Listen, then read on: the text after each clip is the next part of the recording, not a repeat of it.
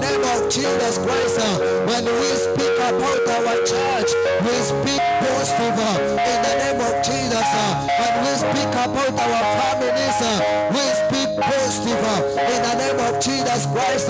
Bwana, tusije tukanena jambo litakalo kuja kutufanya tukachukia katika maisha haya, katika jina la Yesu. Maneno ya vinywa vyetu yakatawaliwe na wewe, maneno ya vinywa vyetu yakatawaliwe na wewe. Tunaponena Jehova, tukatawaliwe na wewe katika jina la Yesu Kristo. Jina lako litukuzwe, kwa kuwa Bwana utatusaidia. Jina lako libarikiwe, kwa kuwa Bwana utatusaidia. Hatutaongea kama wapumbavu, hatutaongea kama watu wasiojua neno lako, bali Bwana utatusaidia. Anything that we will speak, any conversation that we will converse, it shall come to pass in the name of Jesus. Kuna wanao mahali hapa Bwana wanaomba wakapate kazi. This morning as we are praying, Bwana wafungulie milango. Wengine wanaomba Jehova kwa ajili ya familia zao, Bwana watendee jambo in the name of Jesus Christ. Oh Jehova, ukasikie maombi yetu, mawazo ya mioyo yetu Bwana, na maneno ya vinywa vyetu yakatawaliwe na wewe. Pokea sifa Bwana, kwa kuwa utatusaidia. Hatutanena tu hivyo Bwana, kila neno tutakaloongea litakuwa la kubariki wala si kulaani Bwana. Maisha yetu yatabadilishwa na maneno tutakayoyaongea. Hata kama Bwana wakati mwingine tunapitia hali ngumu, hata katika hizo hali ngumu Jehova, ukatusaidie kunena maneno yatakayotufanya Bwana tuvune matunda ya maneno tuliyoyaongea ambayo yana muhimu katika maisha yetu. Bariki wazee, bariki wa mama, bariki vijana, bariki na watoto wetu Bwana. Kila mmoja aliye mahali hapa ajue kwamba lile neno linalotoka kwa kinywa chake linabeba maisha yake hata na kifo Bwana. Tusinene tu hivyo, ukatusaidie kwa utukufu wa jina lako. Pokea sifa, pokea heshima, pokea utukufu, kwa kuwa wewe ni Mungu utakayetupa hekima hata tutakapokuwa tunanena. Utatupa hekima tutakapokutana katika vikao na vijiweni Bwana kunena. Tunene yaliyo mema, tusije tukahukumiwa kwa maneno yetu. Pokea sifa na heshima, kwa kuwa wewe ni Mungu mtakatifu. Kwa Yesu Kristo tumeomba tukiamini, amen. Bwana atusaidie, Bwana atubariki. And let's be careful na maneno tunayoyaongea yasije yakatufanya tukaregret katika maisha, bali kila neno tunaloliongea tusherekee matunda yake. Bwana asifiwe. Keliota keteke kwa meru mwako yo chinguru chira soro memeru wao kuana na kitakuwa vile umeomba. Bwana asifiwe. Keliota keteke kwa mere ekia saba kuana na hali na woga kwa baiko na wasabiri ndikanya saa tu sisi tutaimba wimbo huu tunapoendelea kuleta sadaka zetu ili tumalize ibada ya kwanza. Maneno ya kinywa changu wacha yatawaliwe na wewe Bwana. Maneno ya kinywa changu wacha yatawaliwe na wewe Bwana. Imba maneno ya kinywa changu wacha yatawaliwe na wewe Bwana. Imba maneno ya kinywa changu wacha yatawaliwe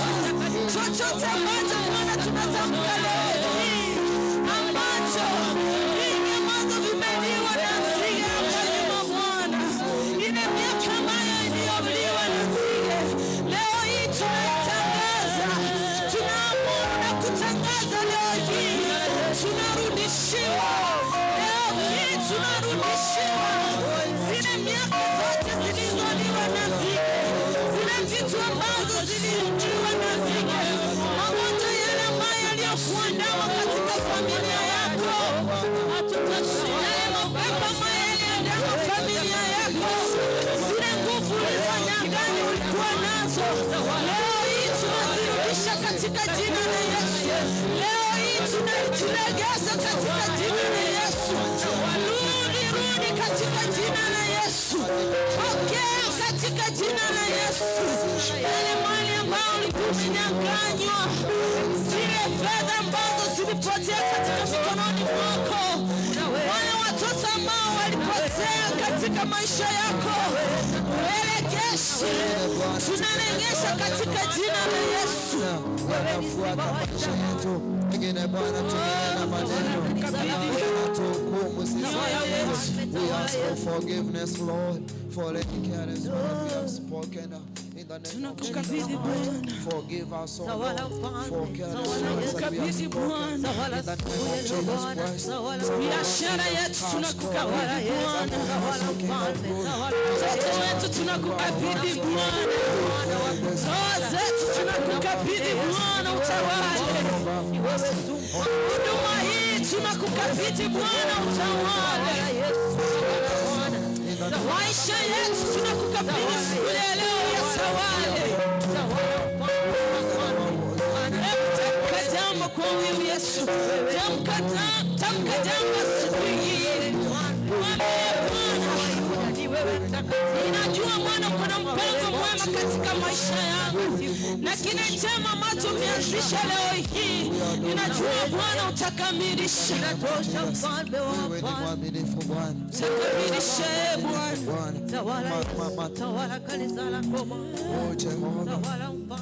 Oh Lord, we thank you. Oh Lord, we thank you. Oh Lord, we thank you. We bless you, Jesus. We glorify you, Lord. We glorify you, Jesus. We glorify you. You are powerful, Jesus. Oh Lord, mighty.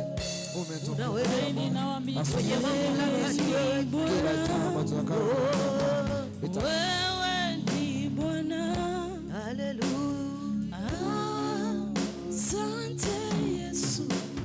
Wewe ni Bwana. Wewe ni Bwana. Wewe ni Bwana. Asante. Wewe ni Bwana. Wewe ni Bwana. Wewe ni Bwana. Bwana anafanya maisha yetu anabaki kuwa Bwana. Asante Bwana kwa kuwa wewe ni Bwana maisha yetu. Wewe ni Bwana. Wewe ni Bwana. Wewe ni Bwana. Wewe ni Bwana. Asante Bwana.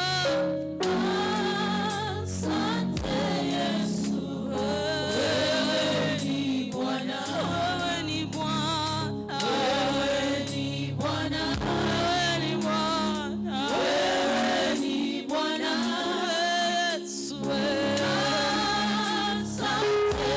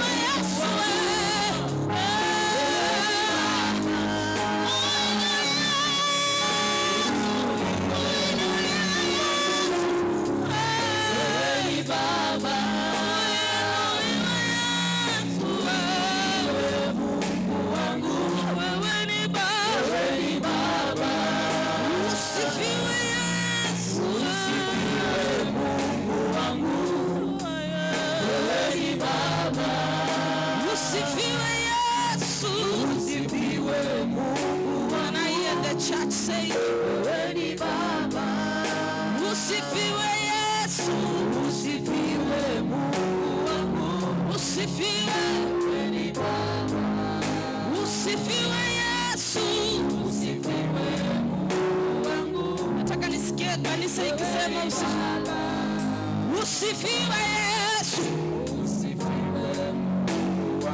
Hebu tunyoshe mikono yetu tukimaanisha Bwana asifiwe katika maisha yetu, katika mioyo yetu.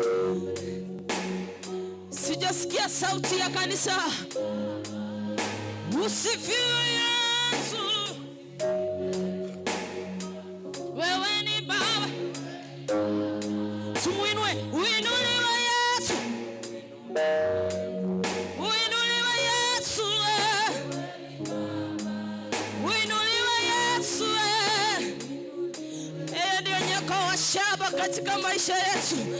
Ameinuliwa, tukimtazama tunapona, tukimtazama yale yote ambayo yamepotea katika maisha yetu tunayarudishiwa. Uinuliwe Yesu. Wewe ni Baba. Kule nyuma uinuliwe Yesu.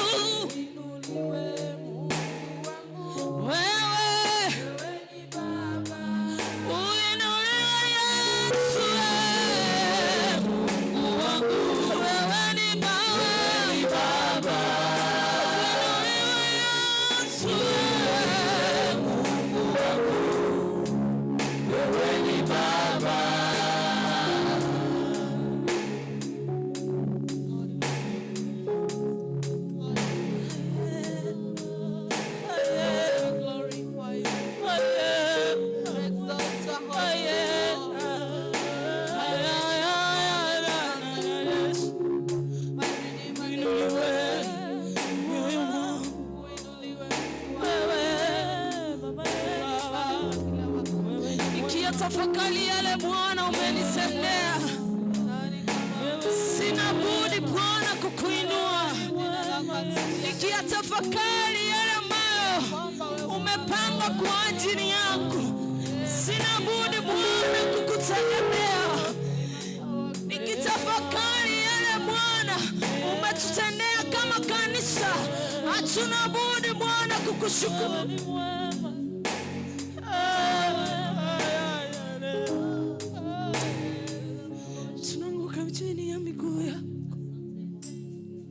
Tukisema Bwana wewe ni mtakatifu. Uinuliwe Mungu wangu. Wewe ni Baba. Uhimidiwe Mungu wangu. Wewe ni Baba. Uabudiwe Yesu. Uabudiwe Mungu wangu siku zote. Wewe ni Baba.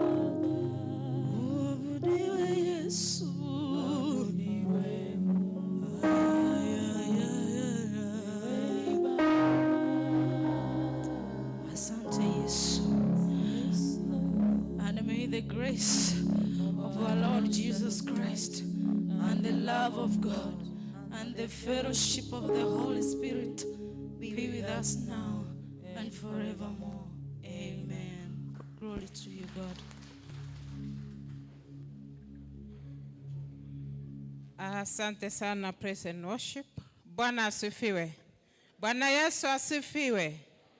Salimia mwenzako, mkaribishe katika nyumba ya Bwana ukiwa na tabasamu. Amen. Karibu sana. Ninaomba kwamba Mungu aweze kutubariki siku ya leo tunapoenda kusikiza kutoka kwake. Naomba nilete matangazo machache. Muungano, that is center meeting, itakuwa tarehe 31st mwezi huu wa Januari. 31st mwezi huu wa Januari. Venue ni Omogonjoro PAG Church.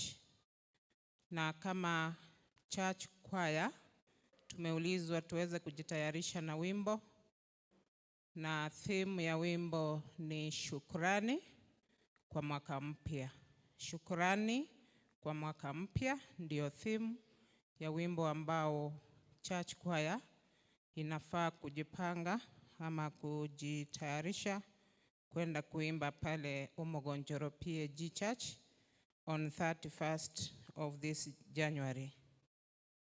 Choir members wote tumeulizwa tubaki nyuma baada ya ibada. Choir members tutabaki nyuma baada ya ibada ili tuweze kujipanga kwa mambo mengi. Mama mkwe wa Margaret Akunga, msafara uko kesho, anatolewa mochwari kesho na atazikwa on Tuesday tarehe 13. Mother-in-law ama mama mkwe wa Margaret Akunga anatolewa mochwari kesho na Jumanne atazikwa. Nyumbani kwake ni hapa Embassy, karibu na Gekona SDA Church.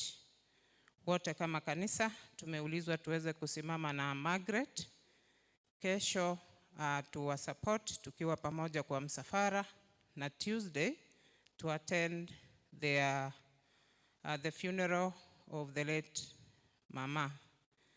Macedonia East Fellowship ambapo Margaret ni member, na pia Macedonia West Fellowship tumeulizwa baada ya ibada tutabaki nyuma ili tuone our apostles for Macedonia East and Macedonia West, tuweze kujipanga kwa pamoja. Kwa hivyo members wote wa Macedonia East na wale wa Macedonia West tutabaki baada ya ibada tumuone ama tuwaone our apostles for the two fellowships.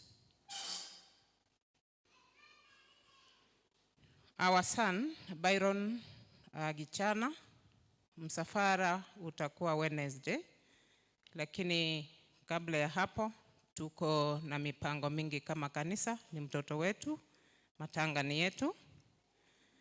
Kesho tutakuwa na fundraiser na tumeweka venue 3.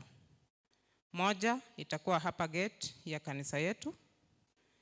Ya pili itakuwa pale next to Ben's Gender, na pia tutakuwa na ingine nyumbani kwao. So the 3 venues tutakuwa tumeassign watu wa kanisa pia wakitusaidia kwa huo mchango, na kama kanisa tumeulizwa tuweze kuparticipate ili tuweze kupata fedha za kumpatia harusi ya mwisho mtoto wetu Byron. Then on Wednesday tutakuwa na msafara, tutaenda Bosongo Mochwari saa 5 asubuhi.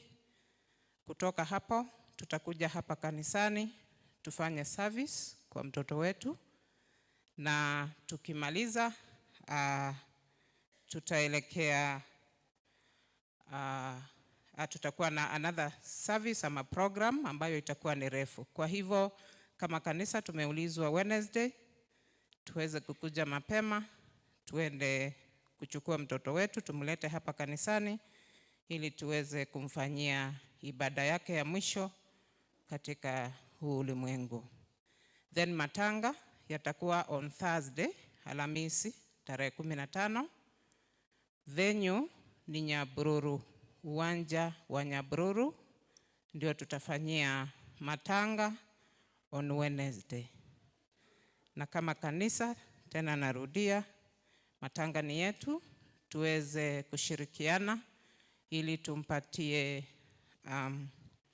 heshima za mwisho kama mtoto wetu akiwa kwa huu ulimwengu.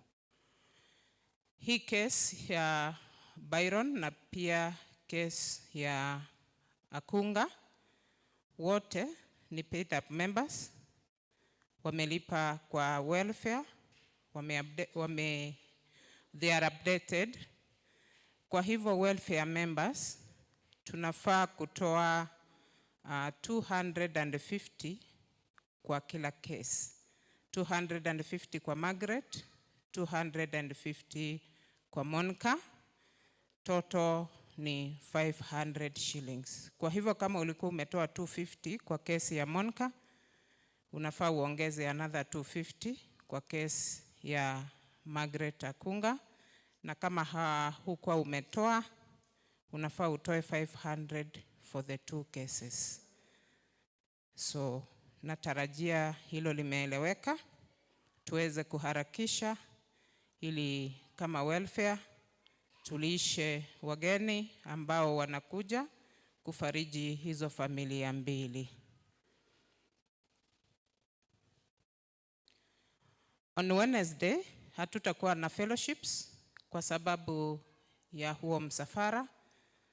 Hatutakuwa na fellowships in our fellowship areas kwa sababu wote tutakuwa kwa huo msafara, na tutaendelea na lesson yetu ya tarehe 14 the other week, ile ya tarehe 21.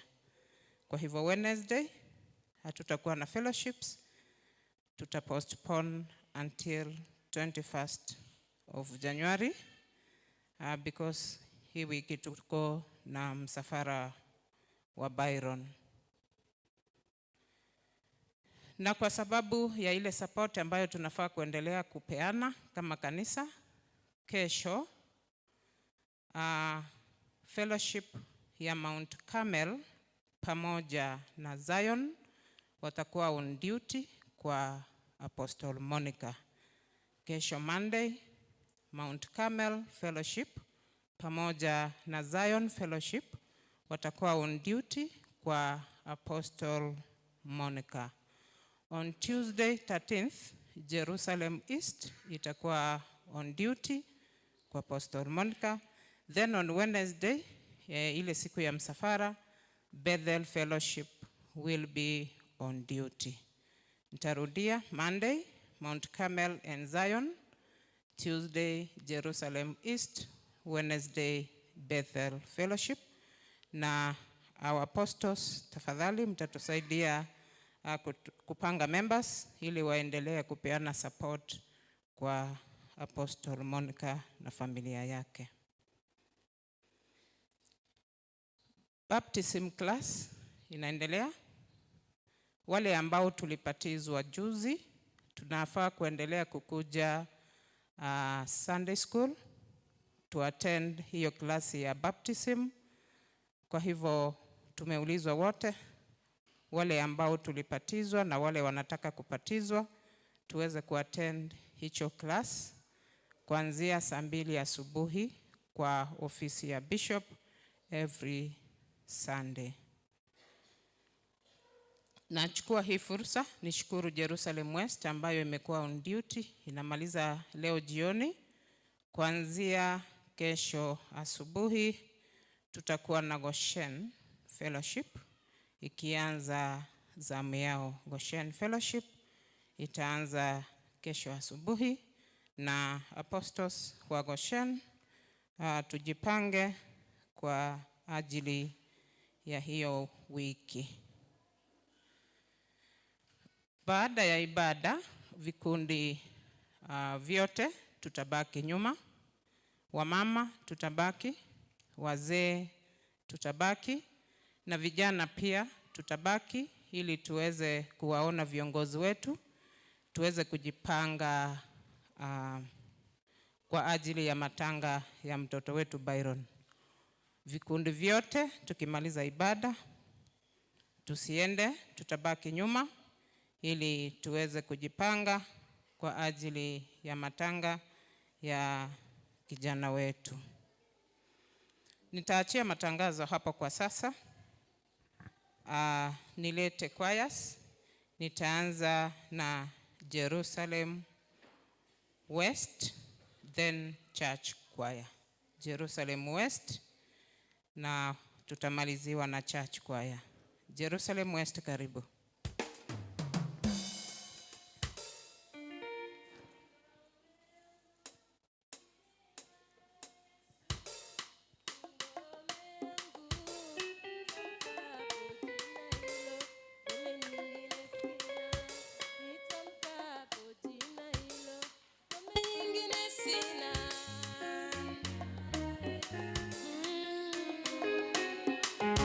Jina Yesu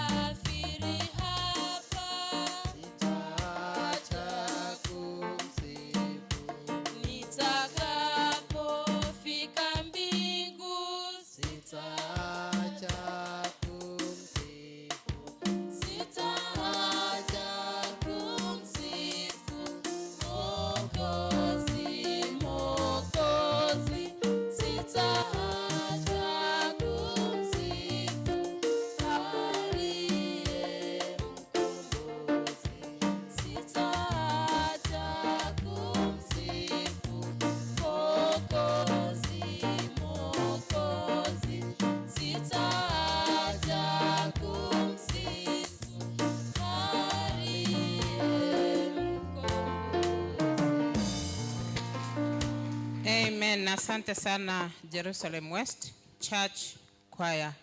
Karibu.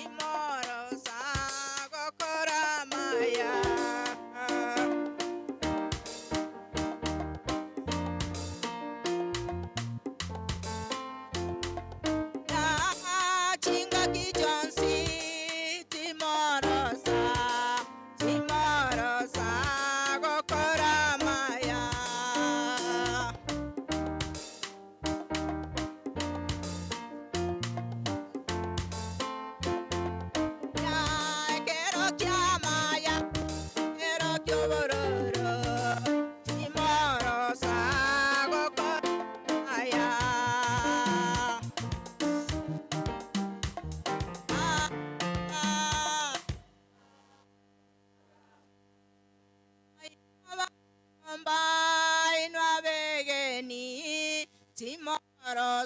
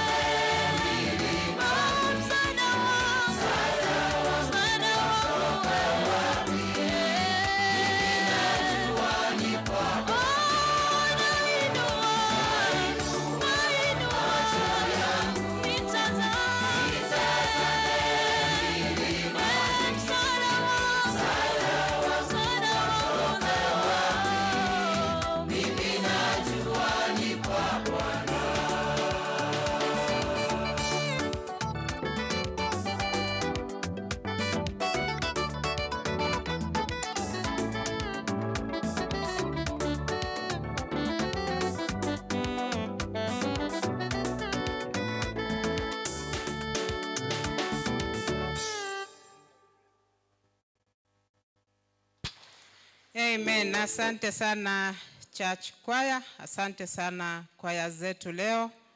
Asante kwa kutubariki. Makofi mazuri kwa choirs. Asante sana. Next Sunday tutakuwa na Goshen Fellowship pamoja na Solomon. Goshen Fellowship pamoja na Solomon ndio watatubariki next week.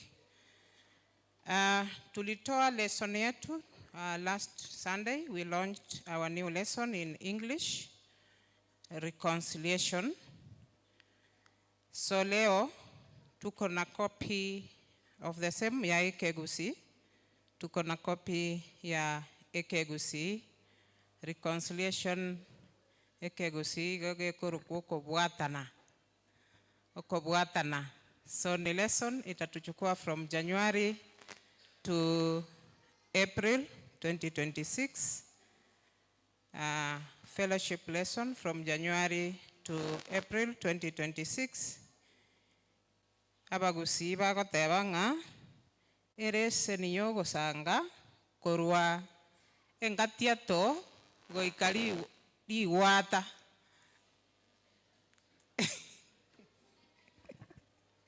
So wale wa Ekegusi tutapata hii lesson kwa ile meza ya Ashas. Yogo chaka engatiato goika riwata omwaka we chiribubere na merongebere na mengwanse tano nomo. Amen. Amen. So our choirs tujipange. On Thursday tukiwa kwa matanga ya Byron Nyamataro PAG Church itahitajika kuimba nyimbo nyingi sana. So our various choirs tujipange, church choir, altar makers, youths. Najua wote tutakuwa in uniform tukiimba hiyo siku kwa sababu ni sherehe yetu na lazima to celebrate the life of our son. Kwa hivyo kama choirs tutajipanga vile tunaenda kupresent kwa hayo matanga. Bwana asifiwe. Bwana Yesu asifiwe. Ikiwa wewe ni mgeni, ni siku ya kwanza kuingia Nyamataro ama hujakuwa na sisi kwa sababu moja ama nyingine, tunakukaribisha kwa jina la Yesu. Nikiomba kwamba kama wewe ni mgeni, unisalute hivi tu. Mgeni, amen. Amen. Pale juu, amen. Tusimame tu kwa miguu yetu. Niko na wageni pale juu, wengine hapa chini. Wageni tusimame tu kwa miguu yetu ili tuweze kuwaona vizuri. Makofi kwa wageni wetu. Amen. Amen. Ukiwa karibu na mgeni, nikaribishie huyo mgeni. Amen. Wageni wetu, baada ya ibada msiwe na haraka ya kutoka. Tutakutana hapo karibu na meza hiyo iko kwa mlango hapo, tujuane zaidi. Yule uko karibu na mgeni, nimekupea jukumu la kuniletea huyo mgeni baada ya ibada kwa hiyo meza ya Ashas ili tuweze kujuana zaidi. Ni wakati tunaenda kumtolea Bwana our offerings, tithes and thanksgiving.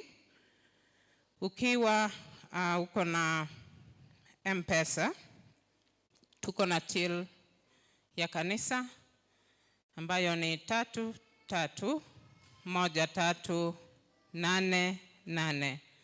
Till namba ya kanisa 331388. Na ninachukua hii fursa kushukuru wale marafiki zetu ambao wanaendelea kututazama, wakiendelea pia kuhubiri injili ya Bwana pale mitandaoni. Bwana awabariki. Karibu tumtolee Bwana.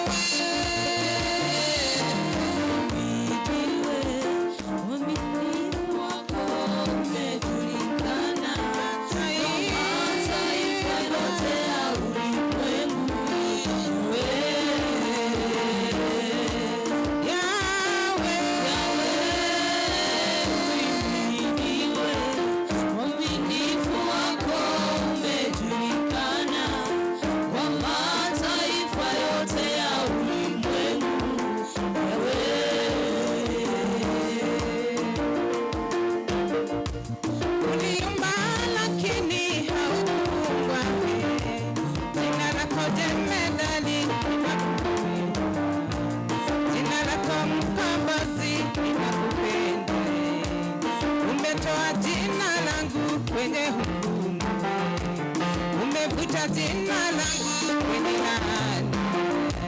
Ndiyo maana nakuinua Mungu wangu we, kwa sababu siko tena chini ya dhambi.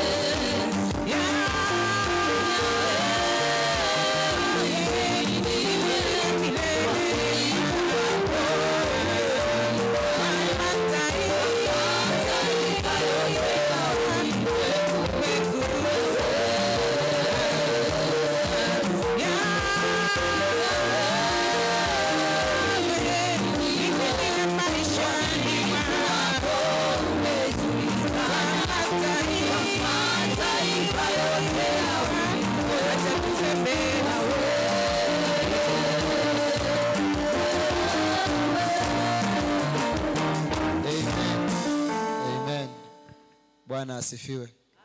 Ningependa tena niwaulize tulioketi tusimame tunapoombea sadaka zetu. Amen. Tuamini tuombe. Baba, katika jina la Yesu Kristo, tunasema ni asante asubuhi ya leo kwa sababu ya nafasi hii ambayo Bwana umetukusanya mahali hapa kwa ajili yako na kwa ajili ya neno lako Mungu.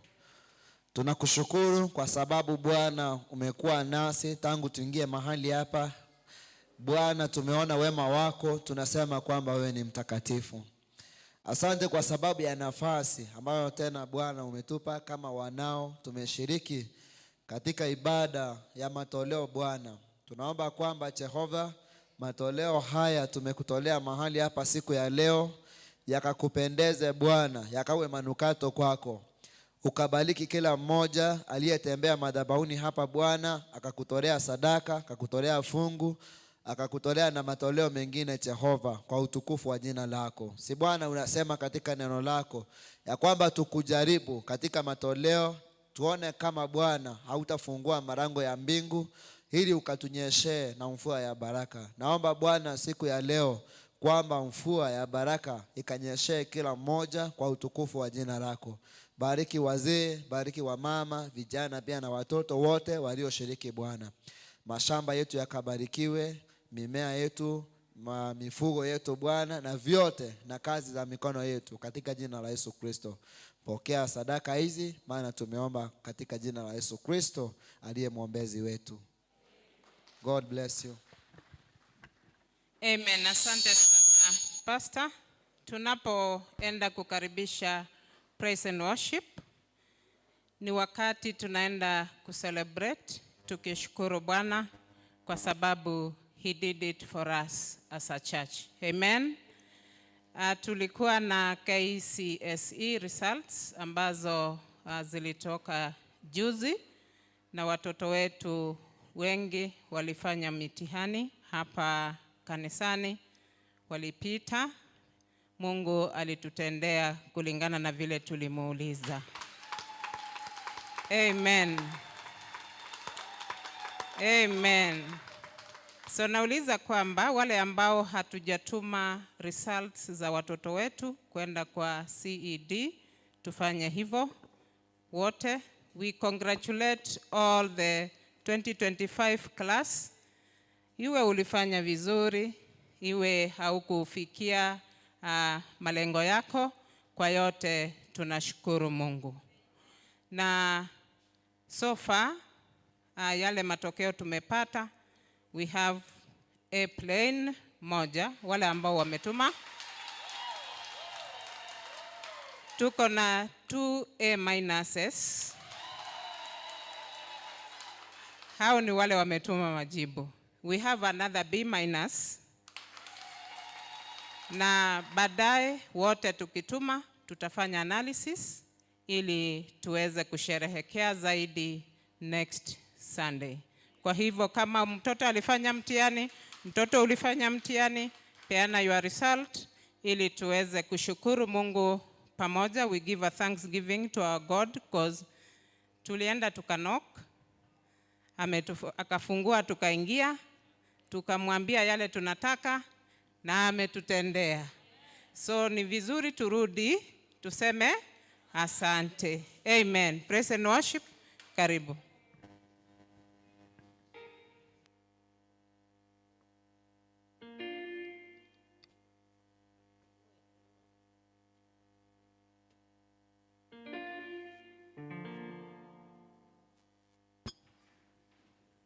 Bwana Yesu asifiwe.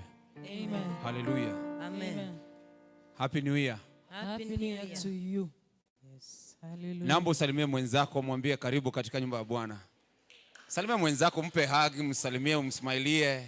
Yale Mungu hakika ametenda. Ametenda mema katika maisha yangu, ametenda mema katika maisha yako, ametenda mema katika familia yako, ametenda mema katika watoto wako. Mbona usimsifu Mungu? Huyu Mungu amekutendea mema, amekuwezesha umefika hapa. Mbona usimuinue? Msmailie tu, msmailie mwenzako, mwambie ni asante kwa ajili Mungu ameniwezesha kufika leo. Uinuliwe Yesu, wewe mwema.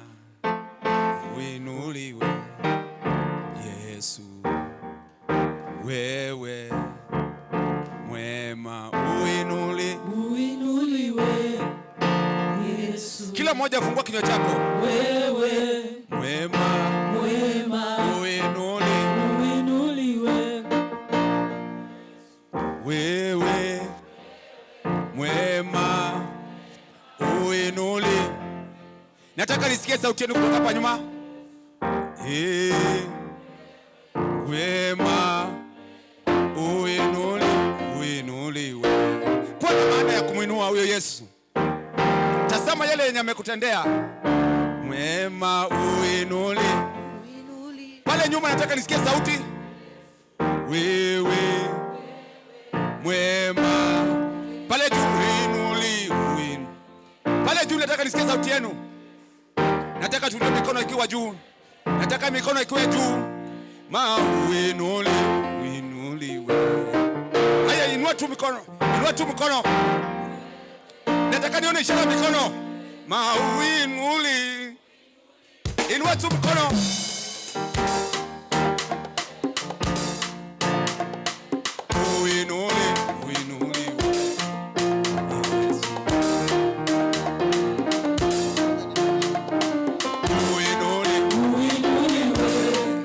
Weka mikono tu.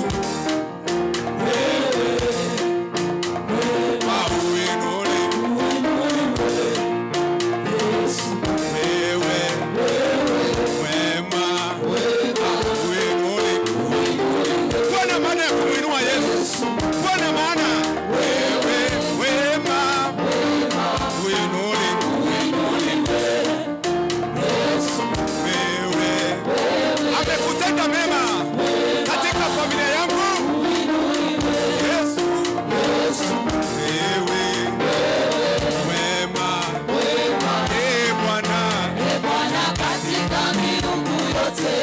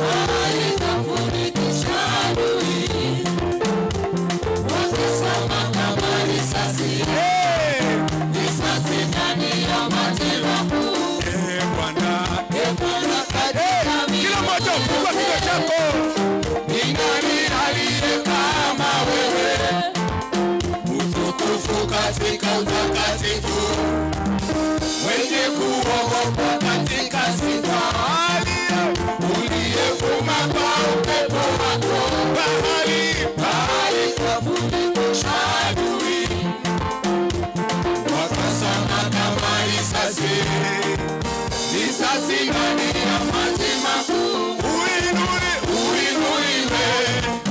Yesu, wewe mwema. Uinuliwe.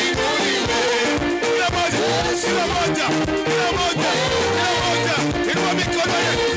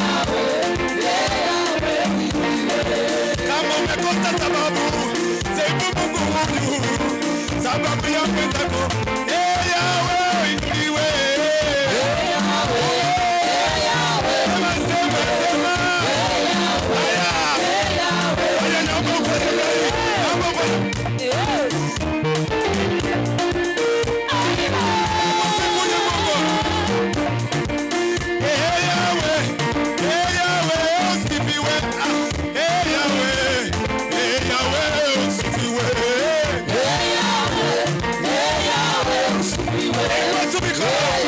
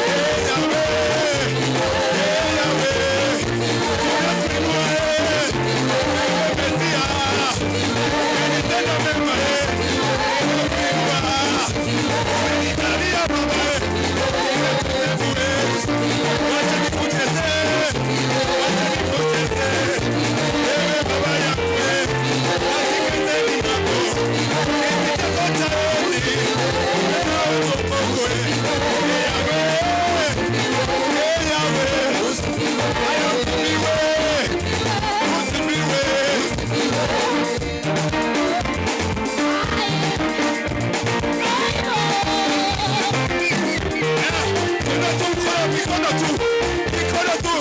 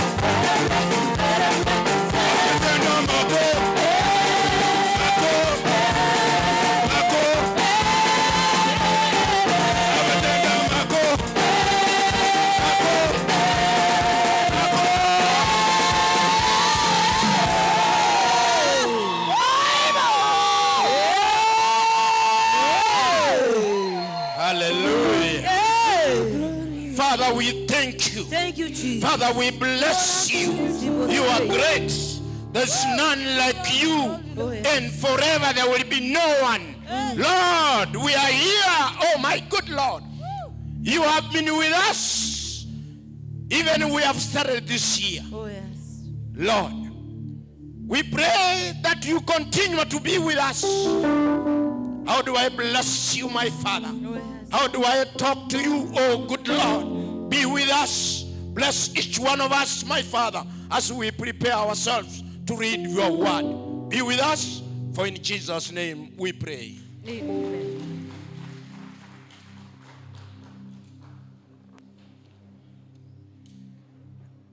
Aha. Bwana asifiwe. Pigia wanakwaya wetu makofi mazuri. Akira praise and worship chinko bichingia. Surely wanaonekana na furaha nzuri kabisa katika jina la Yesu. Akena niko baroka ine bana no mogoko monene ase Yesu. Nataka kila wewe hata wewe uwe na furaha hiyo wameionyesha. Ingane tie nonye nayo twaro mogoko yo baorokirie. Mwaka unaanza. Mwaka uchakire. Na kila mtu ana furaha ya mwaka. Na kiro yo mona ro mogoko bu na no mogoko bu mwaka omuyia. How do I pray that the same God be with you? Akina asabire nganya sao yo abe amona inwe. Aha, nataka ukubali tusome maandiko. Igonta etebwanchira neto soma maliko. And today we want to read from the book of Deuteronomy. Deuteronomy chapter number 7. We want to read from 9. And I will also read you the other one again. We read for both languages. And I will read in Jesus' mighty name. I have said Deuteronomy chapter number 7. Let's read verses 9. Understand, therefore, that the Lord your God is indeed God.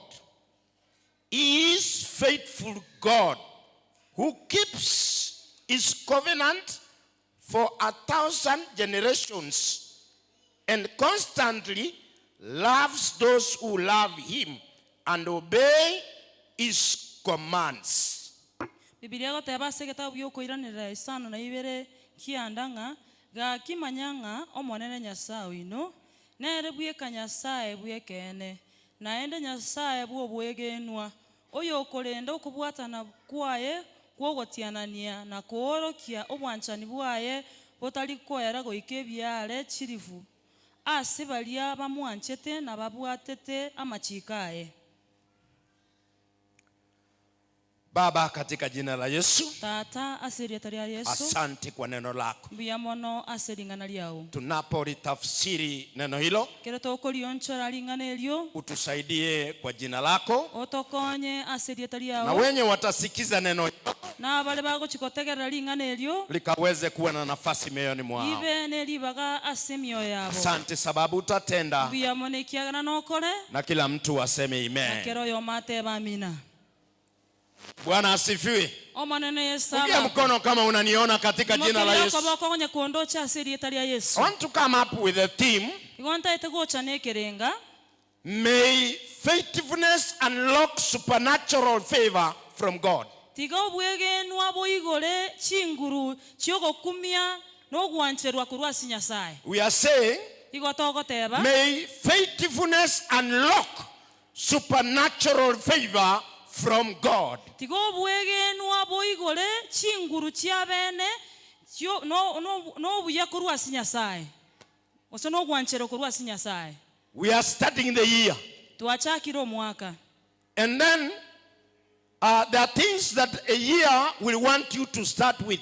ebintu mbire tochake n'omwaka And from what we have read, nakorwa asiringana twasomire these are the words of Moses aya n'amang'ana a Musa to the children of Israel. ase abana ba Isiraeli When they were in the desert, ekere barenge ali eroro that is the wilderness of Sinai, abwa esero ya Sinai and the Bible says ebibilia yatebire they had stagnated there for 40 years. babe konye bamenyira asali emyaka 40 And then they were complaining. nande nigo bare kuemburungania They didn't know what to do. mbarenge na komanyanga nkibagokora And then from what we have read, ono korwa samang'ana twasomire Moses is now trying to calm down the children of Israel ono Musa nkotemare koirania nse chinkoro chia ba Israeli by telling them this. ekera gakobatebiga Understand therefore, igo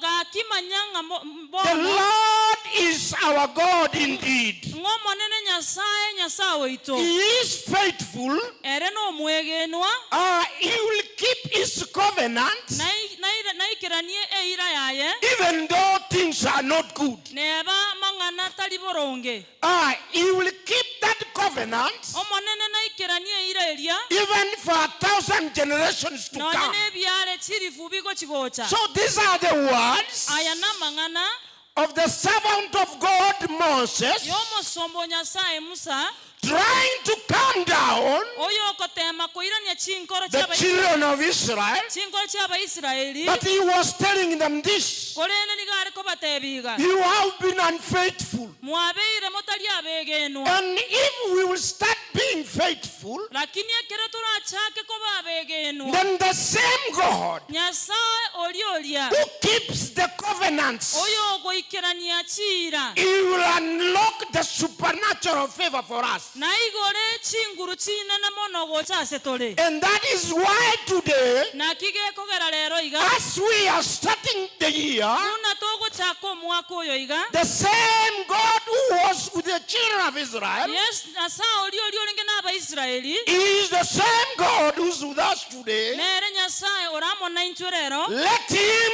unlock his favor to you iga igore ogwanya gwancherwa kwaye if we are going to walk in faithfulness. ekerora atare asobwegeno So how do I pray to you ngakina sabira asore that we start to walk in faithfulness? tochake gotara asobwegeno When you walk in faithfulness this year, ekero gwastarira asobwegena the Lord will unlock anything with you for you. nyasaye nakuigorere kende gionsi That is why I am saying, na kigeko genango teba may the Lord, the faithful God, tiga nyasaye oyoro mwegenwa unlock the supernatural favor for you this year, aigoro gwancherwa kwa bene asore mwako yo so that we continue elindo tonyale kogenderera and know that He is God. ande tomanyete ngaere nyasaye If I can take you back to what we have read, ekerenda koira ni gochie asedingana tu asomire actually Moses was telling the children of Israel this. musani gare goteya bana ba Isiraeli ga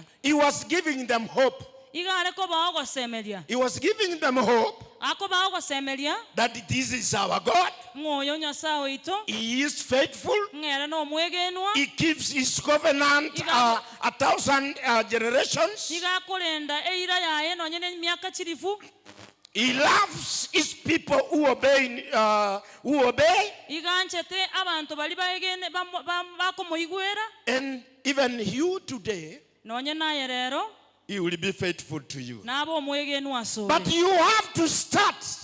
lakini no bwenerete You have to come up to be faithful. no bwente go chaka ko bo mwegenwa If I can take you back again to the same book, but chapter 32, mbaira ni esege tabu ekikia koira ne raisano na ibere marengo etatu na ibere I'm saying oketabu yo koira ne ra that Deuteronomy, ketabu yo koira ne ra chapter number 32, emerongo etatu na ibere verse 4. inye I want us to read there because there's something I want to get from there. konto taite to so mororo If we can read there, Deuteronomy chapter number 32, 4.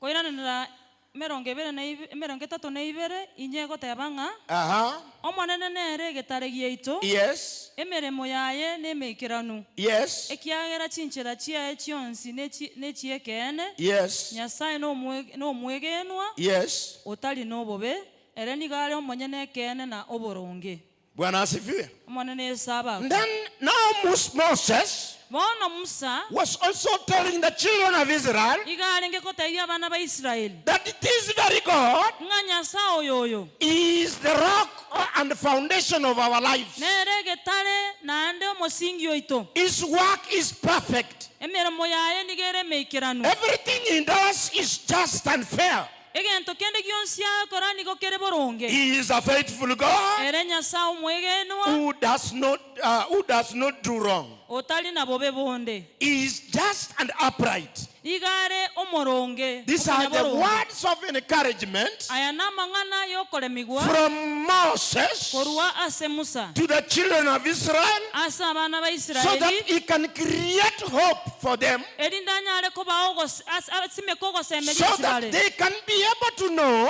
erinde banyare komanya even if they had stagnated in the wilderness of Sinai, ne baba bamenyire bakwamira alia ase Sinai eroro the same God again is going to do something for them. nga nyasaye olia naende ngokora are gente keyia I sibali am also encouraging you today na inche nakoira omoyo as we are starting this year. buna togochaka omwaka oyo iga This God of ours nyasaye oito oyo is the same God nere nyasaye who's our rock, oyo ore getare giito who's our foundation. oyo ore oboroso bwaito His work is perfect. emeremo yaye neyemeikeranu Everything he does is just. kende gionsi agokora nigo kere boronge He is a fair God. ere ntata He is faithful. nere mwegenwa And he is always upright in Jesus' mighty naende name. nigare n'oboronge chinga kikionsi ase erieta ria Yesu In fact, our God ekene nyasaye oito He is a great God. nyasaye omonene mono He is a glorious God. nyasaye oichire obonene He is a strong God. nyasaye omonyanguru He is a perfect God. nyasaye ole boronge He is a just God. nyasaye okoikenani okokora yale boronge And He is holy always. igaro omochenu botambe How do we start this year? ng'aki twachakire omwaka oyo iga If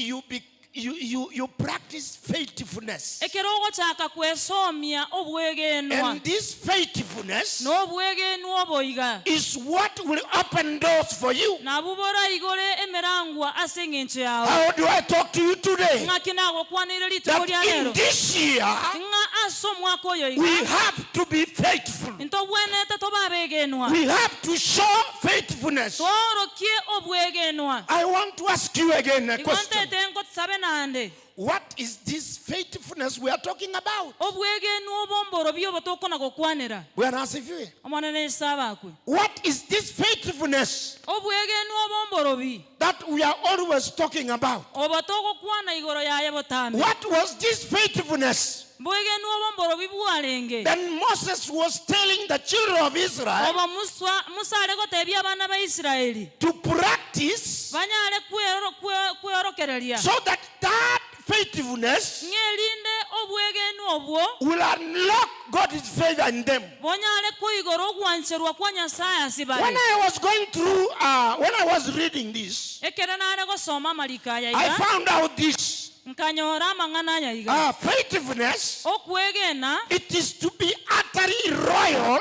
igere ng'a okoba It is to be utterly royal. koba omwegenwa It is to be trustworthy. oba omonto ori okonyara kwegeneka It is actually to remain on one's commitment. omonto ori ogotenena ase ring'ana riria renge It is unfulfilling loyalty and unloving loyalty. amang'ana yoko nege nogwancha ebinto bitari kororokana Truthfulness obwegenwa and to adhere in one's commitment or my principles.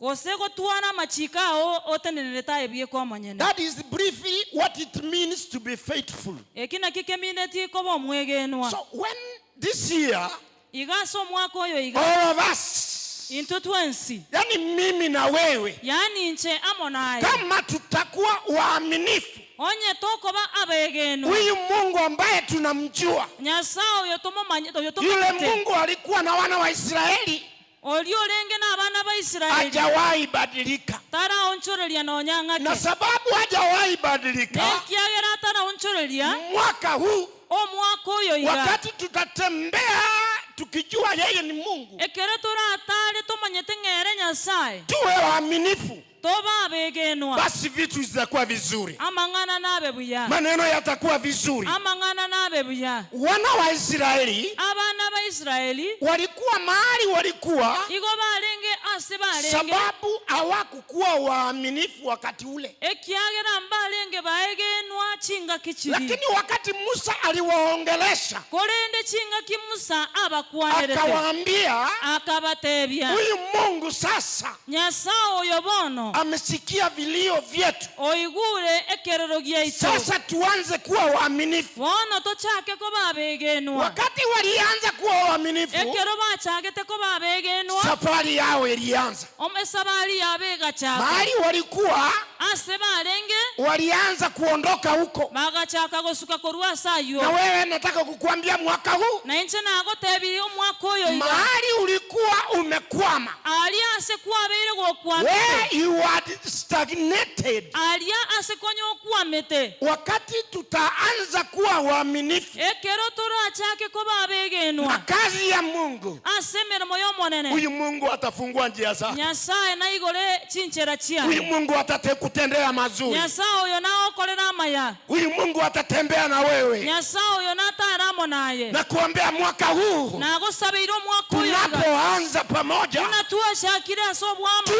waaminifu katika jina la Yesu, ababegenwa ase rieta ria Yesu tutembee kwa njia zake. totare ase chinchera chiaye Wakati umetembea kwa njia zake, ekero gwatarire ase chinchera chi'omonene milango yako itafunguka, emerango yawe nigeko bwoigoka biashara yako itafunguka, obwonchereri bwawo bwoigoka kazi yako itafunguka, emirimo yawo nigekwoigorerwa watoto wako wataenda shule, abana bawo bagende chisukuru watoto wako watapita. abana bawo Hayo ndio Mungu anataka tufanye mwaka huu. aya naro nyasaga netokora omwaka oyo iga. Oh, hallelujah. Hallelujah. Wakati tutatembea kwa uaminifu, ekero turatane asobwegenwa hata basi ya kanisa itakuweko, nonya ne basi ye kanisa hata netoke kazi ya Mungu itatembea. emirimo ya nyasaye netare Ninakuombea katika jina la Yesu, nagosabira aserieta rya Yesu mwaka huu omwaka oyo iga move from where you are stagnating. suka korwa abwase Wana wa gwakwamire Israeli abana ba Israeli walikaa pahali pamoja bakabera asamo kwa miaka 40. ase myaka 40 Kwa sababu ya nini? ase ng'encho yaki Sababu hawakuwa waaminifu, ase ng'encho batarenge na abegenwa Mungu akawawacha. na nyasaye akabatiga. Wakati Mungu anakuacha, Ekero monene agotigire wakati anaondoka kwako, ekero monene asukire korwa vitu sore vyako vinakwama. amang'ana oni gagotenena Mwaka huu sasa ono mwaka oyo iga tunapoanza, ekero wacha twachakire Mungu atembee na tiga wewe, nyasaye ataramo wacha naye Mungu afungue milango yako, tiga nyasaye aigore ebisieri byao utembee katika jina la Yesu. otare aserieta rya Yesu. Chochote kilikuwa kimekwama, Kende gionsi konye giakwamire wakati tutakuwa waaminifu, ekero toraba abegenwa utaona mabadiliko makubwa, norere ogwonchoreri gwa utaona nguvu okonene za Mungu zikitembea na wewe, norere chinguru chia nyasaye chigotara utaona maneno makubwa yakitendeka norora manene gagokorekana katika jina la Yesu. aserieta rya Yesu. Bwana asifiwe. Omanene Yesu abako Tumekwama vitu vingi twakwamira ase ebintu ebinge sababu hatujafanya vile Mungu anataka. ekiagera totarakora buno omonene aganetie. I want to say this. Igontete ntebe iga Faithfulness is a key attribute of God. obwegenwa na kiekerenge kenene kia nyasaye. People can be unfaithful, Abantu nabo barabe mbali baegenwa but this very God, lakini nyasaye oyo He is always faithful. era nigaro omwegenwa chinga Oh, kichyo. hallelujah. Hallelujah. We can be unfaithful, Nabo torabe ntoli begenwa but this God that we serve, konene nyasaye oyo togokorera He is always faithful. nigaro omwegenwa chinga kichonsi. Our God bonds in faithfulness. Nyasaye nigakubwata namo naintwe ase obwegenwa. This very God of ours, Nyasaye oyo ito He bonds in faithfulness. igakubwata na naintwe ase obwegenwa. He bonds in where you are. igakubwatana naye ali asore Now, where things are done correctly, ase ebinto bigokorekana boronge then the Bible says ebibilia yatebire that He abounds in our faithfulness. nigakubwatana naintwe ase obwegenwa bwaito. His promises are yes and amen. okoira chira chiaye nigo chire na amina. When God has opened His doors, ekere nyasaye aigoire bisieri oh byaye. hallelujah. Amen. When God has given you a green light, ekere nyasaye akoigoreire bisieri He does not change His mind. tali gwonchoreria birengereryo How do I byaye. pray for you to this year? ng'aki nagosabeire omwaka oyo iga That the same God ng'a nyasaye oria who abounds in faithfulness, oyo okobwatana naye ase okwegena let Him walk with you this year in Jesus' mighty name. tigataramo naye ase omwaka oyo iga. The Bible says, ebibilia yateba He does not lie. tali kong'ainereria He is not a man ere tali mwanya so bantu that He can lie. erinde anyare kong'ainereria. Bwana asifiwe. omanene Yesu abakwe There is one time I was at home. chingaki ekimona arenge nkabwone I wanted to do some small job. igo natagete gokora emirimo meke igo. And then I didn't have a panga. Sorry. I didn't have a panga. Nabwate moro. tarenge na moro Then I decided to ask from my neighbor. ngasaba omwamatone Because I seen the neighbor kiagera konya narorire omwamate using the same panga gagotumeke omoro oria oria in doing his job. ase ogokora emirimo yaye. And I waited. nkaganya And then I asked him, nkamusaba can you kindly give me that panga of yours? gakino nkonye omoro olio And then he said, era agateba I don't have one. jetimbwati moro. Bwana asifiwe. Amen. And this is a person, Oyo no muntu I have seen him use that panga, na arolire gagutumika omoro but he olia is refusing that he does not even own a panga.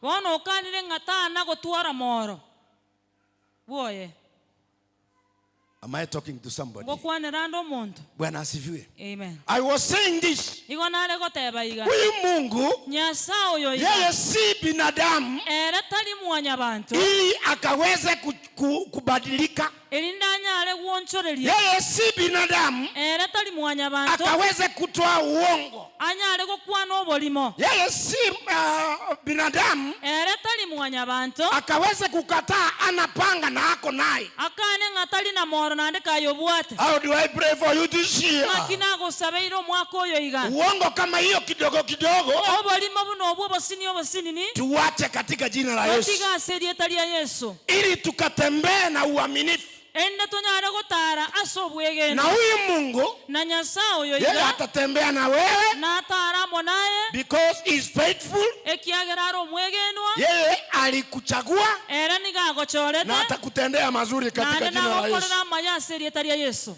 If you can read the book of 1 Thessalonians 5:24, what does the Bible say?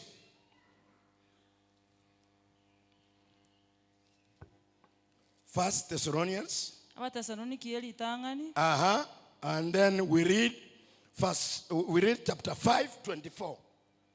If you are there, kindly read.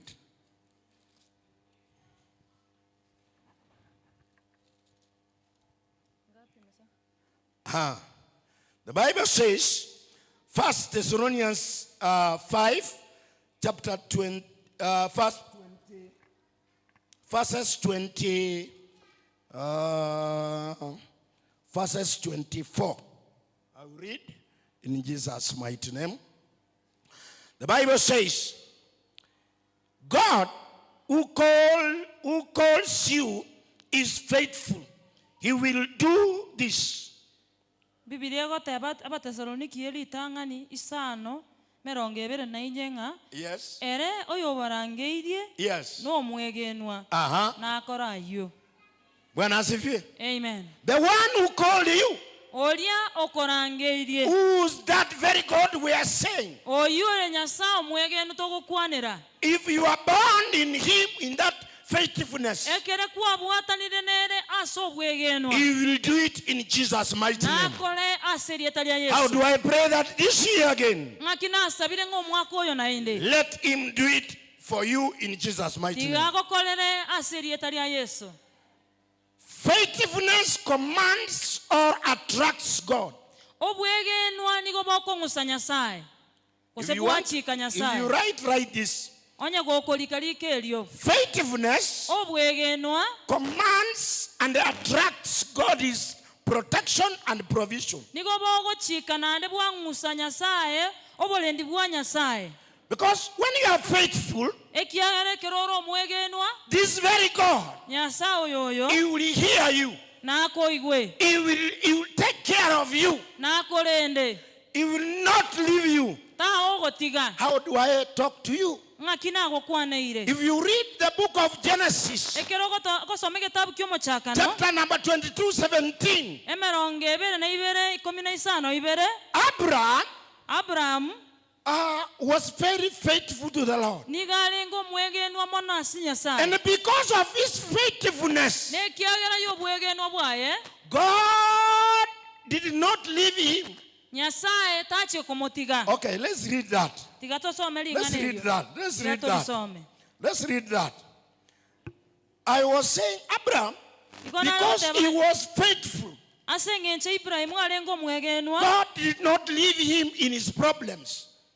He stood by him. Just read mochakano emerongo ebere na ibere 17. 15 begotenga ase ogosesenia ningoseseni Yes. nase okomenta nimente ororeria rwao Uh-huh. robe oronge buna ching'enang'enia cheigoro Yes. na buno makenye ole engegu yenyancha na orolelie rwao inarobwe emechi yababisa bawo babisa babo. Yes.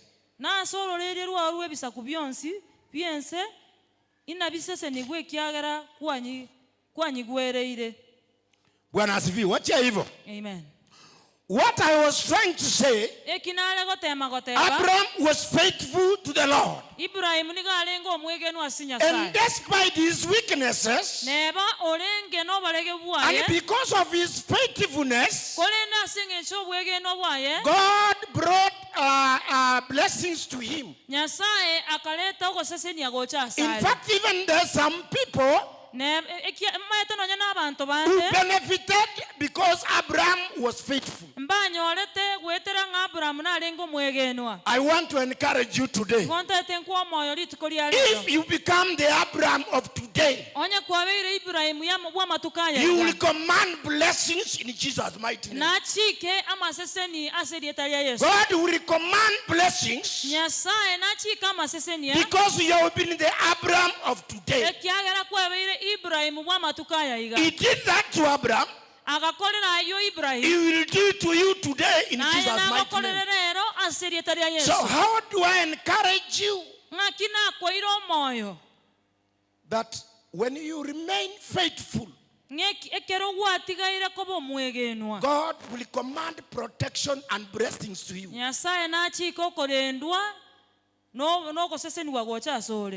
Faithfulness brings inner peace and contentment. Faithfulness brings inner peace and contentment. It brings assurance of God's goodness. When you know that very God is in control. How do I encourage you as we start this year? That if you remain faithful, God will command the inner peace even in your family.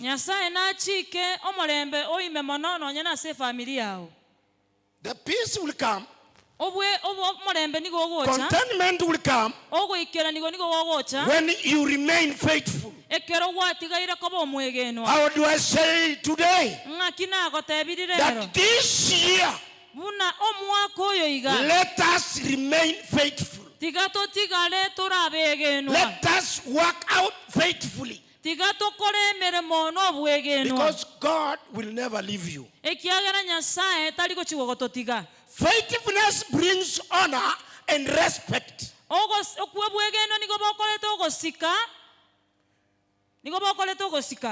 Faithfulness brings honor and respect. In fact, God compels others to honor you. If you can read this, Job verses 42:11. If you can read there also, Job 42:11. Job. Yeah, Job. Ayubu 42:11.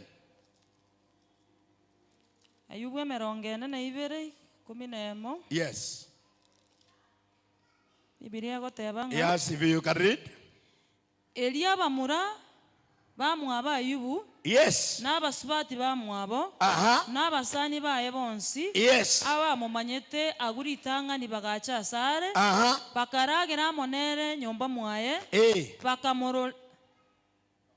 Bakamorera mabebe na kumoremia asinge nchama bali onsi omonene amorenterete. Yes. Na keroyo mwaka muachi besa na ebonyi erusirie korwa ase edaabu. Bwana asifiwe. Amen. Listen. Sikiza. Sikiza vizuri. Wakati Ayubu alikuwa mgonjwa, watu wakamtoroka wengine. Watu wakawachana na yeye. Lakini yeye alikuwa mwaminifu. hata kwa ugonjwa yeye alisimama. ere agatenena Mwishoye omweli oye Biblia inasema Biblia yatebire wale watu ambaye walimtoroka abantu bali bamutamete chinga walirudi kwake bakaina na gocha sare wakakula na yeye bakarage na monere hata wakampelekea zawadi. nande bakamuirera chisawadi. Sababu ya nini? Chisawadi chia yeye alibaki kuwa mwaminifu na Mungu. asengencho atikalete kobo mwegenwa asenya sai. Oh, haleluya. Haleluya. Wakati unabaki kuwa mwaminifu ekero watigaire kobo mwegenwa hata kama mtu alikuwa akupendi, neba omonto talenge gagwanchite hata kama mtu alikuwa amekudharau, nonyo omonto olenge ogochayete God commands favor for you. Nyasaye ni gagochika ogwancherwa sore. How do I talk to you? Ngakina gokwane iraye. May God command favor to you this year. Nyasaye aruo atiko ogwancherwa sore. Oh, hallelujah. Amen. May God command favor to you. Tiga Nyasaye chiko ogwancherwa sore. But you have to remain faithful. Lakini gobwenete gotigara kobo mwegenwa. This year omwaka oyo iga I want to say this. igonte tentebe iga We want to walk igototete totale in faithfulness. aso bwegenwa. And then when we do that as a church, ekero tuakolire igo bune kanisa the Lord will command everything we need. Nyasaye na chike kende gyonsi Oh, toganitie. hallelujah. Hallelujah. No, you didn't hear me. Tongi gweti buya. I am saying this. Igona tebi. If we walk together ekero tore atana in faithfulness this year, asobwegenwa mwako the Lord will command favor. Nyasaye na chiko The Lord gwanchika. will command blessings. Nyasaye na chika maseseni. Even in your families, Nonya na sechi family there iko. shall be favor. Obwancherwa There shall nkobaro. be blessings. Ogo seseni ya Only that nkobaro. you remain faithful. Ekero gwatigaire kobo How do mwegenwa. I talk to you today? Nakina gokwana irero iga. May that favor be you. Tigo obwancherwa kobo kwao. May you get favor in Jesus' mighty name. Gonyoro obwancherwa serietari ya Yesu. Oh, hallelujah. Hallelujah. That is the favor we are looking for. Obuna bwo gwancherwa twaligirie. That is why I am saying Na kigeko gerango teba. faithfulness Obwegenwa. will unlock, Nigobo koigora. Nigobo koigora. the supernatural favor from God. Chinguru chiogo kumia chiogwancherwa korwa sinyasaye. That supernatural way Chinguru echi chiogo kumia. from God, Chikorwa it sinyasaye. will automatically come. Nigobigo chabu bosaigo. And then God will command. Na nyasaye oruogo chika. May that command reach you. Tigogo chiko kugogo ikeraye. Bwana asifiwe. Amanene May saba. that command get you this year. Ogo chiko kugogo ikera. In Jesus' mighty name. Asirietari ya Yesu. Oh, hallelujah. Amen.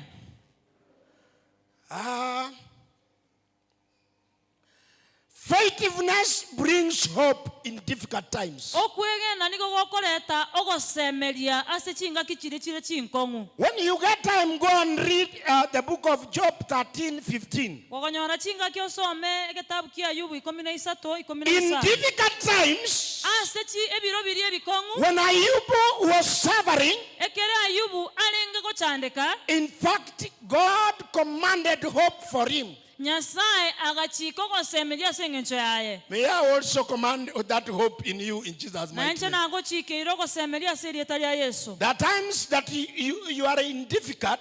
Chinga kichiria ore asobo kongu. Sometimes you lose hope. Chinga kichinde kwabo ruo gosemeria. But our God is faithful. Korende Nyasaye itoni garo Walk mwegenwa. in his faithfulness. Tara aso bwegeno bwaye. And that hope will be commanded to you in Jesus' Nogo mighty name. semeria okungo tumwasole. Bwana asifiwe. Amen. When you follow God with Ekero- faithfulness, Ekero kwa mobwatiri Nyasaye aso bwegenwa. favor starts to follow you. Ogwancherwa nigo gogochaka Oh, gokobwati. hallelujah. Hallelujah. When you want to be faithful to God, Ekero tagete koba mwegenwa si Nyasaye. favor will start following you. Ogwancherwa nigo gogochaka gokobwati. May that favor follow you 2026. Nigo ogwancherwa gokobwati 2026. When you align yourself with God, Ekere kwebwata niri buyamo na when Nyasaye. you align yourself with God Ekere kwebwata niri amo na in Nyasaye. faithfulness, Aso bwegenwa. success also starts following you. Okonyora kosobo bwini gogochaka Those gokobwati. people who have succeeded, Abantu bali banyalire they kobwa. have succeeded succeeded nigo babuire because they are faithful. ase eng'encho bare And abegenwa once you are faithful, nekero ore omwegenwa you align yourself with God. ekwebwataniri boronge na And nyasaye then that success tries to follow you. bono okobua oko nigo gogokobwati. Oh, hallelujah. Hallelujah. Those people who are faithful, Abantu bali bare abegenwa when they start doing something, ekero bagochaka gokora egento you may think it is a joke. nabo okorigeregwa kanga You negosoni may think he cannot do anything. warengereri ng'ana nabo kera But let me abenkerekana assure you today, lakini tiga nkwenekereri rituko ria rero that success will follow him. okobua okwo nkokobwatie It will follow her. nigo gokomobwatie Why? ase eng'encho He or she, ase ere he or she ere has aligned himself with God. bwebwataniri boronge na nyasaye How do I talk to you? ng'aki nagokwaneire This rero year 2026, omwaka oyo 2026 align yourself with God, ebwatani boronge na and nyasaye you shall succeed in Jesus' name. naye notwara obwo bwi ase riita ria yesu. Bwana asifiwe. Amen. When you seek God faithfully, ekero okomorigi nyasaye nobwegenwa I said this, that God will unlock the supernatural favor. iko nateba ng'a nyasaye nigakoigora obwancherwa kwaye kwogokumia When you pursue God ekero okomobwatia nyasaye faithfully, ase obwegenwa above every other things, igoro y'ebinto byonsi God will open up your paths. nyasaye naigora echinchera chiawo Your steps will start be seen. echinchera chiawo nchiga chake kororokana He will strengthen you, nakomenta chinguru because he promises ekiagera orireira that to his faithful people, ase abantu baye abegenwa he does not leave them. taliko batiga. Bwana asifiwe. Amen. Faithfulness obwegenwa brings breakthrough, nigo bokoreta okoigorerwa which maybe you cannot do, you cannot create yourself. obukwo otanyare koroisiaye bwekomanya Some breakthroughs, okoigorerwa konde they come when you remain faithful. nigo gogocha ekero gwatigaire koba Oh, omwegenwa Bwana asifiwe. omanene sarako. Hallelujah. Hallelujah. Faithfulness obwegenwa is not by accident. tari ase eng'encho bwacha igo I am saying nigo ngoteba faithfulness obwegenwa is not by accident. mboche ti ase achali It is anchored into from the Lord. nigo bore korwa ase nyasaye When you anchor yourself to the Lord, ekero kwebwatirine limono ase nyasaye then the Lord will never leave you.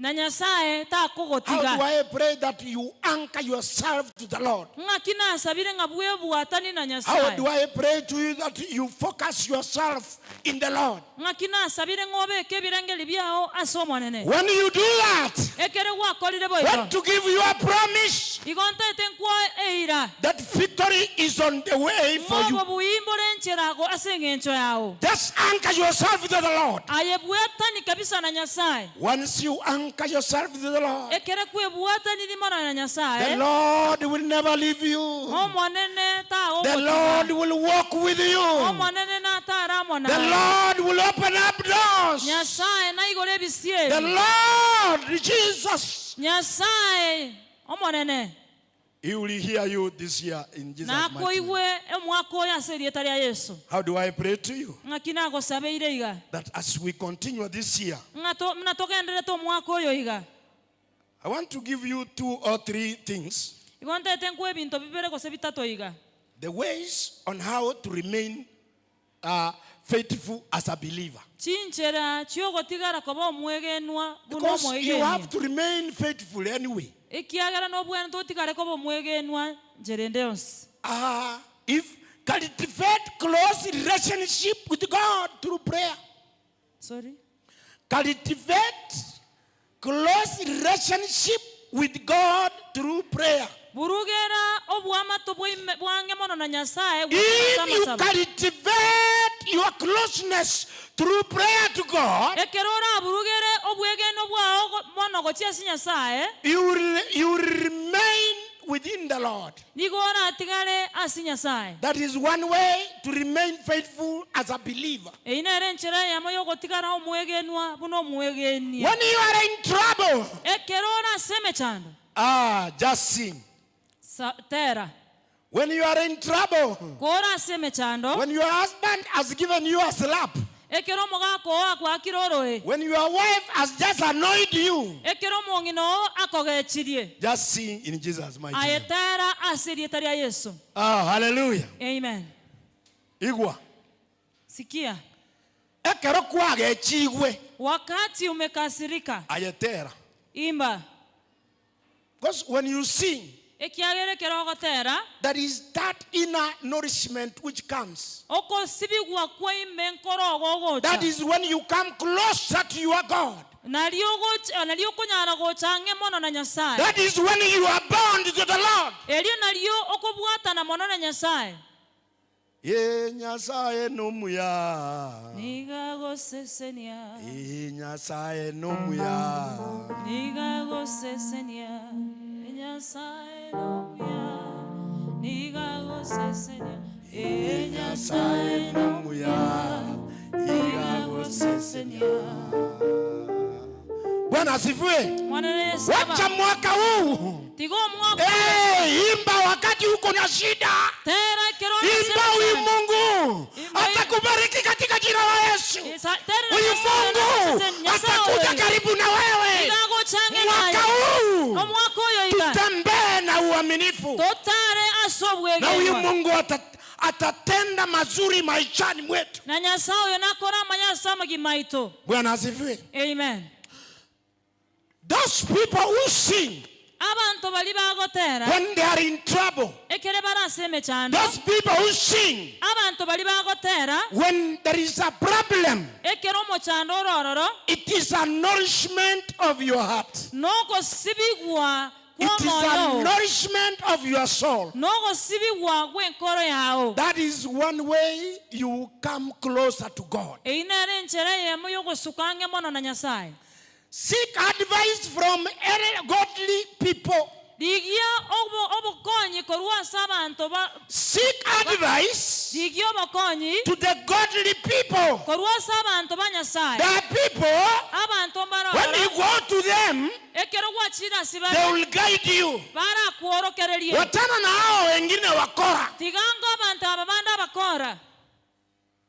Hallelujah. Amen. Kuna wale watu waaminifu Abantu bali bano na wewe unawajua. Naye no bamanyete. Kuna wale watu Abantu mbaro watakuambia ukweli. bara gotebie kene. When you are in problem, Ekerora somo chana. go to them, Genda sibale. embracing them, Obabua. and then you shall remain faithful Naye no tigare kobo mwegenwa. with their advice. Wetera so kuorokereria kwabo. Togende chinkondi. Usiende kwa watu wabaya.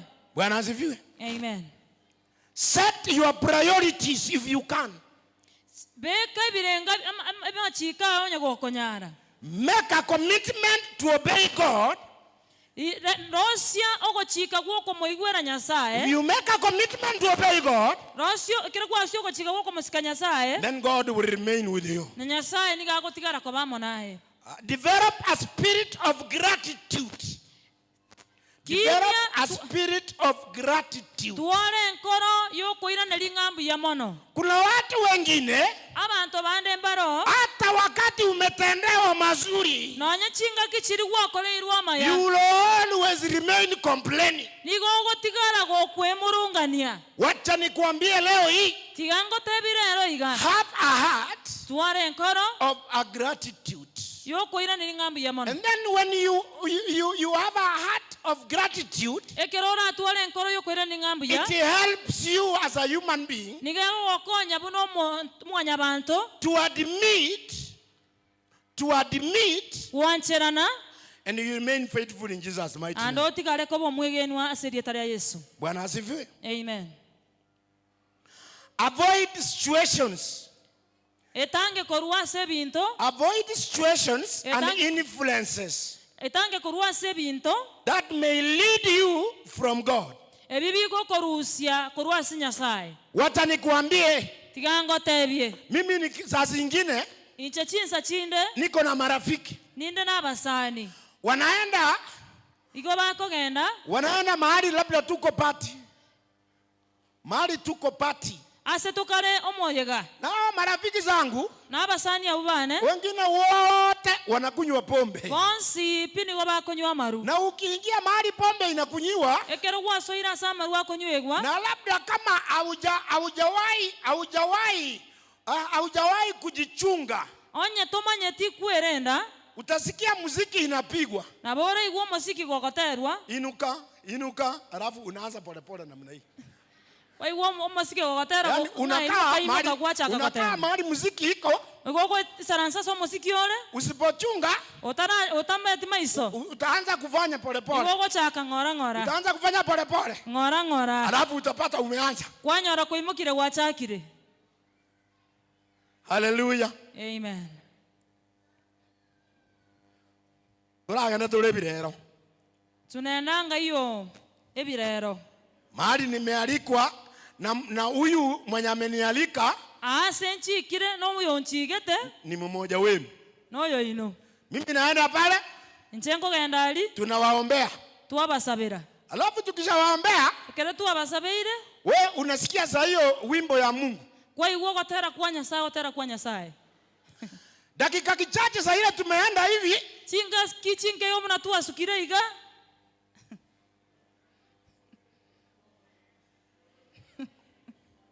mnafanyanga aje? Ngakimogo cha mwakora. Bwana asifiwe. Amen. Utasikia nyimbo igoko igwa matera na unapata yule mwenye ulienda kuombea hapo na ni Mkristo okwanyoro oligwa chiete gosabena nande no Mkristo anapanchuka kweli igago panchuka kabisa weenda tena urudi kidogo ayegenda nando ira nake igo lakini hao watu hawako hapa lakini bantabu mbalie kanisa hiyo yote tunajua. So what I was saying, avoid situations etange korwa sebinto and influences nebi amna mangana which may lead you from God. Ayara gere osike korwa sinya sai. Tusome hii nikimalizia. Tosoma ya iga. 1 Thessalonians 5:16. Abatesalonike tangani sana 15 nemo. Let's read there. Tikatosome. If we are there, let's read. 1 Thessalonians chapter number 5:16. Read. Biblia gotebanga goka botambe. Saba motali gotiga. Yes. Ire nelingambu ya mono asa manganonsi. Yes. Na kioko na kugwancha kwa Nyasaye ase mole ase Kristo Yesu. Bwana asifiwe. Amen. Goka botambe. Furahia kila wakati.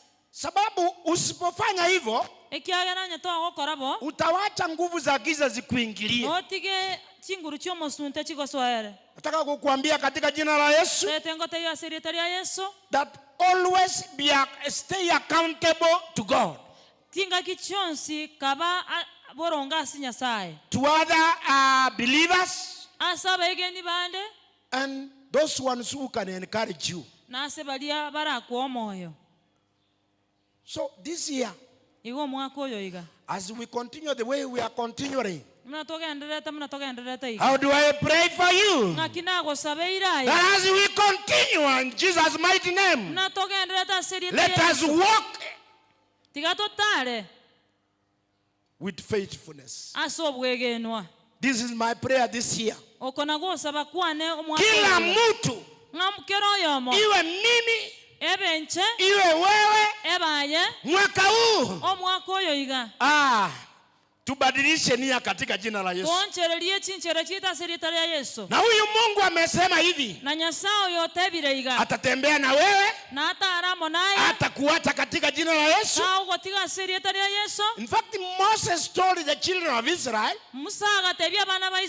that this God is our rock, the rock of our foundation. He is always faithful. He is always just. He is always fair. He will never lie. This is the God we preach. Bwana asifiwe. Amen. Let me ask you to stand. As you talk to yourself. Nataka ujiongereshe. Nataka ujiongereshe. Wewe mwenyewe. You know yourself. Wewe unajijua. Ambia Mungu. Mwaka huu 2026. Tembea nami Mungu. Tembea nami Mungu. Unisaidie. Niweze kuwa mwaminifu. Ili baraka zako ambaye zimefungiwa mahali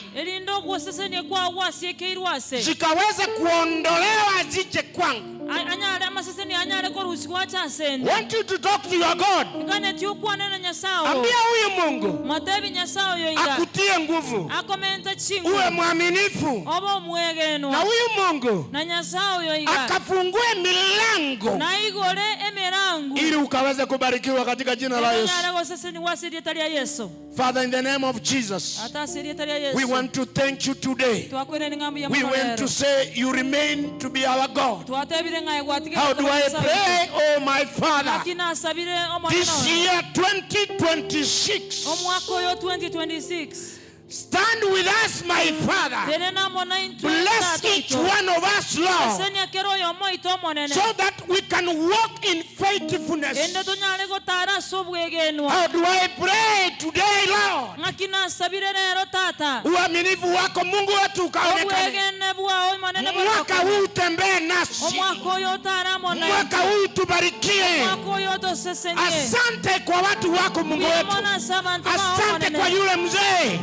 Asante kwa yule mama. Asante kwa yule kijana.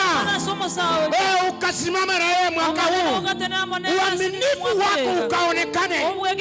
Tenda mazuri sababu wewe ni Mungu. Tuondolee maovu ya shetani. Tembea nasi e Mungu wetu. Wana wa Israeli walisumbukana sababu hawakutii. Lakini mwaka huu Mungu wetu, aomba Baba wetu ukatutie nguvu ili tukaweze kutii.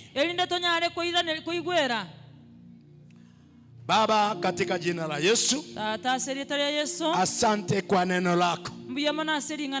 Neno lako limepita kulingana na mapenzi yako. Maombi yangu tena mwaka huu ukatutie nguvu tukaweze kutembea na uaminifu, ili uaminifu wako ufungue baraka kwetu. Naomba siku ya leo wote ambaye wamenisikiza wawe kanisani hapa, wawe mbali ambayo wanatuona kwa TV, Baba ukawabariki katika jina la Yesu. Watembee na uaminifu ili Baba wetu ufungue baraka zako mwaka huu. Wacha baraka zako zifunguke. Usituache tushindwe. Tenda mazuri sababu wewe ni Mungu. Na ni kwa jina la Yesu tumeomba. Na kila mtu aseme amen. Amen. Amen. Nataka nimalizie hapo. Tukaseme mwaka huu Mungu akatembee na wewe. Hata kama kuna shida nyingi, tutembee kwa uaminifu. Najua wakati utatembea na uaminifu